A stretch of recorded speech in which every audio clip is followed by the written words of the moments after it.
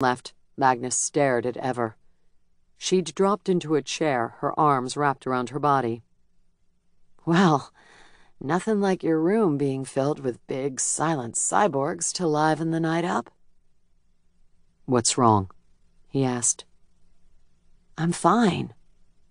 He studied her face, noting the dark circles under her eyes were worse than before. She and the baby needed rest. You're not sleeping. A gusty sigh. No. Her gaze drifted down his body, then jerked away. She bit her lip, moving restlessly on her chair. Are you unwell? He scanned her. I can sense your increased heart rate and a slight increase in your body temperature. Don't scan me, she groaned. Yes, I know all of that. I'm fine. Magnus kneeled in front of her. I can get the healers. No. Whatever it is, I'll help you.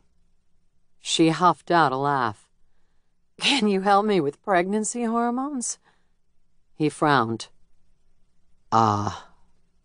She reached out, rubbing the crease between his brows.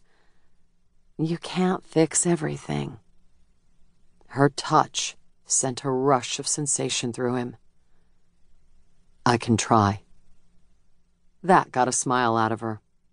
Her fingers moved, something igniting in her green eyes. She stroked down his nose, across his cheekbone, and then up to touch his implant. He didn't see fear in her eyes, or that edgy, hungry look he sometimes saw in a woman's face, the one that said she wanted to know what sex with a cyborg was like. As Ever stroked his face, he only saw fascination. Your implant will be removed tomorrow, he told her. I had a message from my head healer. He informed me that they have finalized the procedure, first thing in the morning. Okay, I'll be ready. She kept stroking, and again he felt that strange sense of familiarity. You touched me like this before. She nodded. I want... Magnus didn't know what he wanted. Something. He had this unfamiliar yearning inside him, and he couldn't seem to fight it.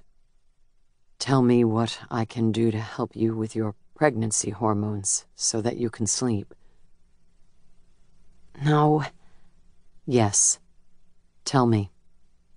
She groaned again, her cheeks turning pink. Magnus, I'm turned on. The hormones are making me feel aroused. He blinked. Lots of thoughts flickered through his head, including several images from the manuals that he'd studied on sex and reproduction. I see.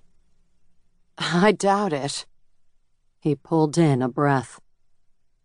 I can alleviate your desire. Her eyebrows shot up. What? Whatever you need, I'll provide it. Her hand fell away from his face. No, I don't want an unfeeling machine. Magnus shot to his feet. Understood.